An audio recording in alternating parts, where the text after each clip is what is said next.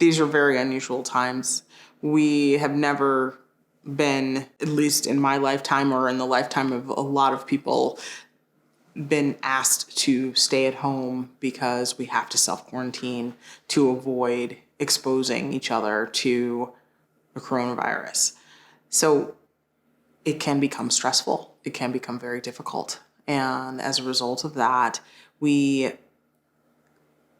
don't necessarily engage with each other all the time in the best ways. So the things to do are identify ways to manage that stress and hopefully avoid too many stressful instances. It's not at all uncommon to go through disagreements or difficulty when having to be in the same confined space for an extended period of time. The best way to deal with it in times are engage a schedule, identify things to do, engage in activities that allow you to maintain the quarantine and the social distancing that's being requested without necessarily encroaching on each other's space too much. My advice for people who are having some stressful moments, if they're all confined together, allow everyone to go through whatever they're going through.